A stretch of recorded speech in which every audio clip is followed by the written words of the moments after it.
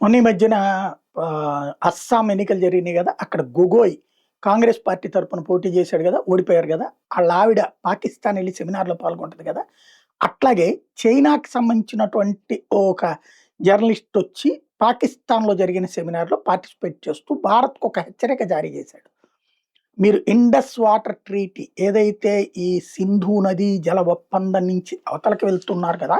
అంటే పాకిస్తానోళ్ళు పెట్టారన్నమాట మీటింగ్. దాంట్లో అదే జరిగితే రేపొద్దున భారతదేశానికి చైనా షాక్ ఇస్తది. భారతదేశానికి ఏదైతే వచ్చే వాటర్ ఉందో టిబెట్ వైపు నుంచి వాటిని ఆపే అవకాశం ఉంటది.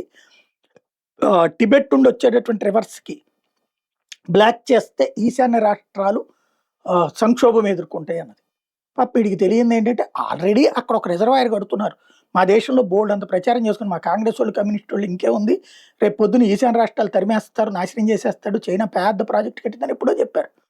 అదే సందర్భంలో అక్కడి నుంచి చైనా నీళ్ళు వదిలితే ఇక్కడ నీళ్లు పట్టుకోవడానికి గాని ఇక్కడ ప్రాజెక్టులు కడుతున్నారు. ఇంకోటి ఇది భారతదేశపు ఆంతరంగిక వ్యవహారం. ఈవెన్ పాకిస్తానోడికి కూడా సంబంధం లే. పాకిస్తానోడికి ఎలాంటి హక్కు లేదు. రిజర్వ్ బ్యాంకులో వ్యవసాయాన్ని అడ్డుపెట్టుకుని అప్పు తీసుకోవడానికి అడిగిన రోజున సంపాదించుకుంటానికి ఇబ్బందవుతది. మీకు నీళ్లు లేకపోతే అంటే అప్పుడు జవహర్లాల్ నెహ్రూ ప్రభుత్వం మేము దాంట్లో జోక్యం చేసుకోలే నీళ్లు వాళ్ళకి వదులుతాంలే అని చెప్పింది. అది 50 ఏళ్ల పాటని చెప్పింది. అందుకని అప్పట్లో వేల కోట్ల రూపాయల అప్పులొచ్చినాయి దానికి. రిజర్వ్ బ్యాంక్ ఇది వరల్డ్ బ్యాంక్ దగ్గర నుంచి. ఆ డబ్బులు తీసుకున్నారు, వాడుకున్నారు. పర్సనల్‌గా వాడుకున్నారు. అక్కడ ఏ బ్రాడ్ వంతెనలు కట్టుకు సావలే. అది వాళ్ళ కర్మ. ఇప్పుడు 50 ఏళ్ల తర్వాత ఆ ఒప్పందం సమయం కూడా ముగిసిపోయింది. కాబట్టి దర్జాగా వాడుకుంటాం. ఈ ఇయర్‌తో కంప్లీట్‌గా దానికి ఉన్నటువంటి రిస్ట్రిక్షన్స్ అన్నీ పోయినాయి.